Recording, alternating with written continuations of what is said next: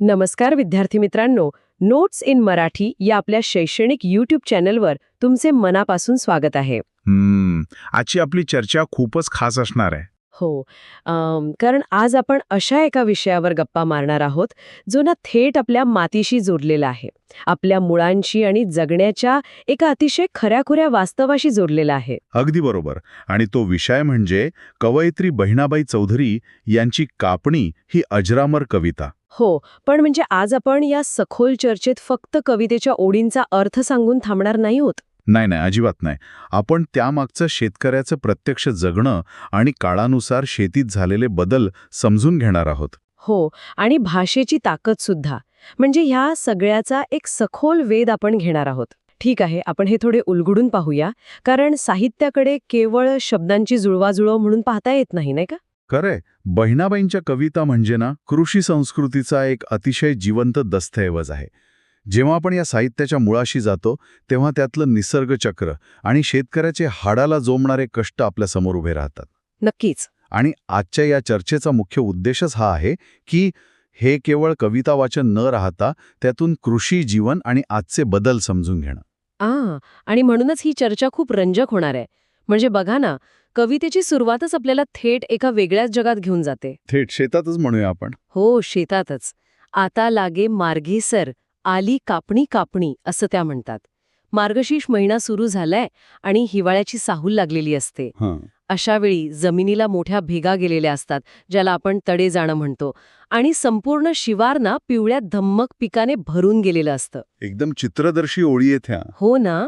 वाऱ्यावर डोलणाऱ्या त्या पिवळ्या पिकाचं दृश्य डोळ्यासमोर आणलं तरी एक वेगळीच शांतता वाटते. येथे सर्वात लक्षवेधी गोष्ट म्हणजे या पिवळ्या रंगात दडलेला अर्थ.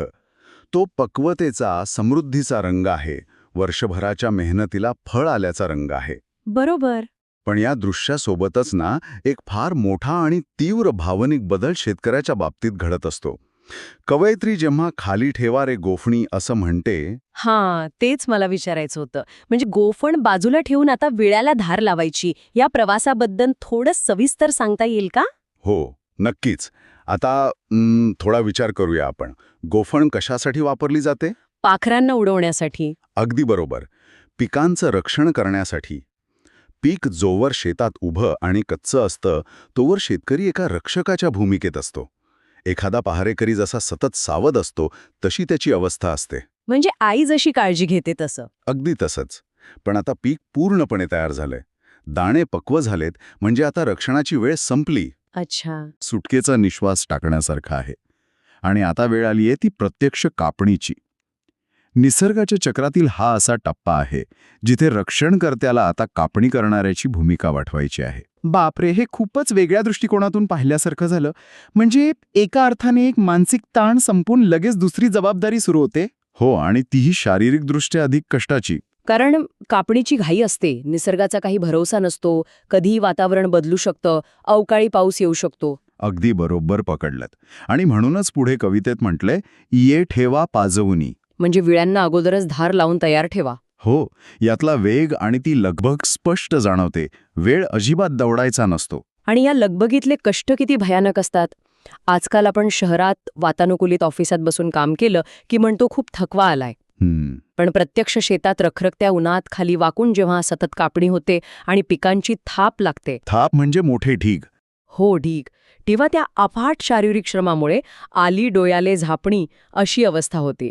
म्हणजे अतिशय थकून डोळ्यांवर आपोआप झोप येऊ लागते. हाडाची काडं करणारा तो थकवा किती भयंकर असेल ना. तो थकवा नक्कीच शारीरिक पातळीवर अतिशय तीव्र असतो.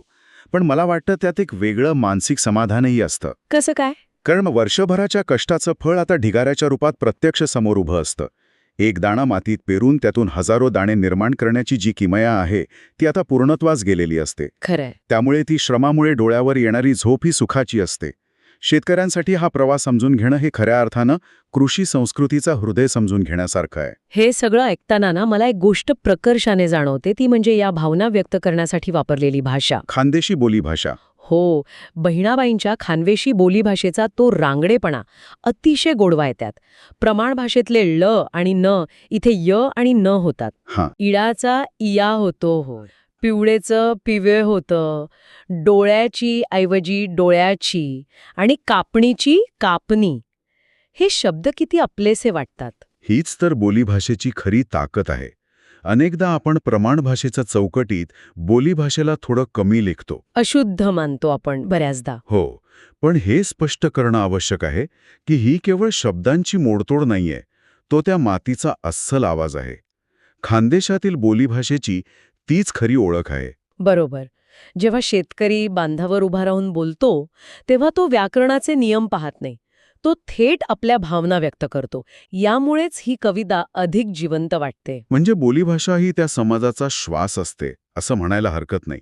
पण मला सांगा, या साध्या भोळ्या जगण्यात काही जुन्या लोकसमजुतीही घट्ट रुजलेल्या असतात ना? हो, नक्कीच असतात. जसं या कवितेत एका ओळीत आलंय की आज करे खालेवरे डाव्या डोळ्याची पापणी. म्हणजे डाव्या डोळ्याची पापणी खालीवर होत आहे, ज्याला आपण डोळा लवणे म्हणतो.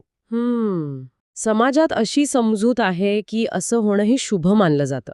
पण आपण कायम म्हणतो की या अंधश्रद्धा आहेत, यामागे काही तथ्य नाही. पण अशा समजुतींमध्ये माणसाला एक प्रकारचा भावनिक आधार मिळत नाही का? तुम्ही खूपच विश्लेषणात्मक विचार मांडला तिथे. कारण कठीण काळात काहीतरी चांगलं घडेल ही आशा या समजुतींमुळे जिवंत राहते असं मला वाटतं. लोकसमजुती या पिढ्यानपिढ्या चालत आलेल्या असतात आणि त्या माणसाला एका अनिश्चित जगात भावनिक बळ नक्कीच देतात. पण इथेच आपण स्रोतामध्ये सांगितल्याप्रमाणे यामागील वैज्ञानिक कारणे शोधणे किती महत्वाचे आहे हे अधोरेखित करायला हवे. म्हणजे भावनांच्या जागी भावना पण वास्तवाचं भान असायला हवं असं तुम्हाला म्हणायचंय? अगदी तसंच. डोळा लवणे ही प्रत्यक्षात स्नायूंची एक अनैच्छिक क्रिया असते. ताणतणाव किंवा झोपेची कमतरता यामुळे असं होऊ शकतं. आपण मगाशीच आली डोयाले झापणी याबद्दल बोललो. हो, त्या प्रचंड थकव्याचाही हा परिणाम असू शकतो. आजच्या काळात या समजुतींमागील विज्ञान शोधणं गरजेचं आहे. परंपरेचा आदर करणं आणि प्रत्येक गोष्टीचं अंधानुकरण करणं यातला फरक समजायला हवा. म्हणजे डोळा लवण्यामागे विज्ञान असू शकतं हे आपण आता समजून घेतलंय. आणि विज्ञानाची आणि तंत्रज्ञानाची हीच जोड शेतकऱ्याने प्रत्यक्ष शेतातही कशी वापरली आहे हे पाहणं सुद्धा थक्क करणार आहे. शेतीतील तंत्रज्ञानाचा प्रवास खूपच मोठा आहे. हो, आपण स्रोतामध्ये दिलेल्या तक्त्याचा संदर्भ दिला तर पूर्वीच्या काळी शेताला पाणी देण्यासाठी विहिरीतून मोट ओढली जायची. मोटेचं ते दृश्य आता फक्त जुन्या लोकांच्या आठवणींमध्ये उरले. बैलांच्या सहाय्याने पाण्याचा उपसा करणं हे किती भयानक कष्टाचं काम होतं. आणि त्यानंतर ते पाणी पाटाने संपूर्ण शेताला दिले जायचे. बरोबर. पण या मोठ्या चित्राचा जर आपण विचार केला आणि सध्याच्या परिस्थितीशी याची सांगड घातली तर आज मोटेची जागा बोरवेल आणि इलेक्ट्रिक मोटरने घेतली आहे. एका बटनावर पाणी थेट शेतात पोचतं. आणि पाटाच्या पाण्याची जागा आता आधुनिक सिंचनाने घेतली आहे.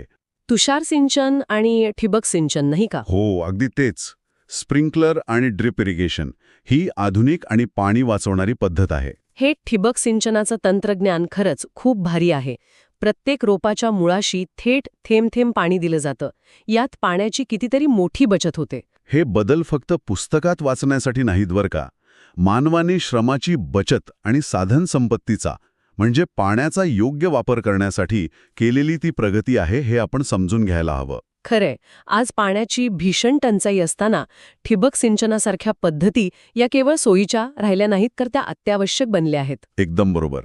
शेतीसारख्या पारंपरिक व्यवसायातही आधुनिक तंत्रज्ञान स्वीकारण्याची मोठी क्षमता असते हे यातून दिसतं. मला खात्री आहे की हे ऐकणाऱ्या सर्वांनाच या तंत्रज्ञानाच्या बदलाचं गांभीर्य आता प्रकर्षाने जाणवत असेल. आता आपण शेतातील या तंत्रज्ञानाकडून परत एकदा आपल्या भाषेच्या श्रीमंतीकडे वळूया. मराठी भाषेतील शब्दांची संपत्ती. हो, श्रोत्यातील व्याकरणाच्या भागातून मला काही रंजक उदाहरणं द्यायची आहेत. आपण समानार्थी शब्दांचा खजिना पाहिला तर एकाच गोष्टीला किती वेगवेगळे शब्द असतात. खूप असतात. आपण रोज सूर्य म्हणतो, पण सूर्यासाठी रवी, भास्कर, आदित्य, सविता, भानू असे कितीतरी शब्द आहेत.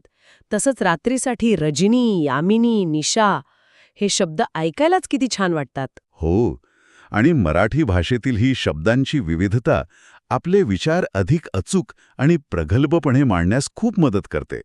हे फक्त एकमेकांचे पर्याय नाहीत. म्हणजे त्यांच्या मागे काही विशिष्ट अर्थ दडलेला असतो का? नक्कीच. निसर्गाचं एक सूक्ष्म निरीक्षण त्यात असतं. उदाहरणार्थ आपण कमळाचा विचार करूया. कमळाला पंकज हा समानार्थी शब्द आहे. आता पंख म्हणजे चिखल आणि ज म्हणजे जन्मणारे. जे चिखलात जन्माला येतं आणि स्वतःचं सौंदर्य अबाधित ठेवतं ते पंकज. यात किती मोठा जीवनविषयक विचार दडलेला आहे. वाह, चिखलात राहुनी अलिप्त राहणं हे पंकजाकडून शिकावं. आणि कमळाला सरोज सुद्धा म्हणतात. हो, सरोज म्हणजे सरोवरात जन्मणारे. आणखी एक उदाहरण द्यायचं तर विजेचं देता येईल. विजेला जेव्हा सौदामिनी म्हटलं जातं तेव्हा त्या शब्दाच्या उच्चारातच तो आकाशातला कडकडाट सामावलेला वाटतो. हो, सौदामिनी उच्चारतानाच ते तेज जाणवतं. साध्या रात्र झाली म्हणण्यापेक्षा यामिनीचा प्रहर म्हणण्यात जे निसर्ग सौंदर्य दडले आहे ते भाषेला खऱ्या अर्थाने श्रीमंत करते. हे सगळं ऐकताना जाणवतं की भाषा ही निसर्गाशी आणि आपल्या संस्कृतीशी जोडणारी एक अत्यंत भक्कम नाळ आहे. अगदी बरोबर. तर आपण आज खूप साऱ्या रंजक गोष्टींवरून सफर करून आलोय. थोडक्यात आढावा घ्यायचा तर मार्गशीर्ष महिन्यातील कापणीची लगबग आपण पाहिली. गोफणीकडून इळ्याकडे झालेला तो प्रवास. हो, तो प्रवास आणि शेतकऱ्याचे कष्ट. विहिरीवरील मोठ ते आधुनिक ठिबक सिंचन हा तंत्रज्ञानाचा प्रवास आपण पाहिला. आणि भाषेतील अफाट संपत्तीचाही आस्वाद घेतला. हो, खानदेशी बोलीभाषा आणि समानार्थी शब्दांचा खजिना. या सगळ्या गोष्टींमधून आपण खूप काही नवीन शिकलो आहोत. या सर्व प्रवासात आपण जुने आणि नवे यांचा एक सुंदर मेळ पाहिला. पण या चर्चेचा शेवट करताना मला एका विचार करायला लावणाऱ्या प्रश्नाकडे लक्ष वेधायचं आहे. कोणता प्रश्न?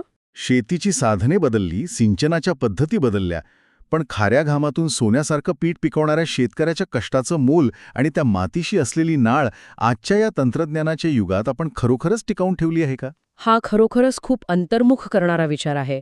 तंत्रज्ञानाने कामं सोपी केली असली तरी त्या घामाची कृतज्ञता आपण विसरता कामा नये. ऐकणाऱ्या प्रत्येकाने यावर नक्की विचार करावा. आजच्या या गप्पांमध्ये खूपच छान माहिती मिळाली. आपला वेळ दिल्याबद्दल धन्यवाद. धन्यवाद. असाच नवनवीन गोष्टींचा शोध आपण पुढेही घेत राहू. नक्कीच. पुन्हा भेटूया अशाच एका सखोल चर्चेत. नमस्कार.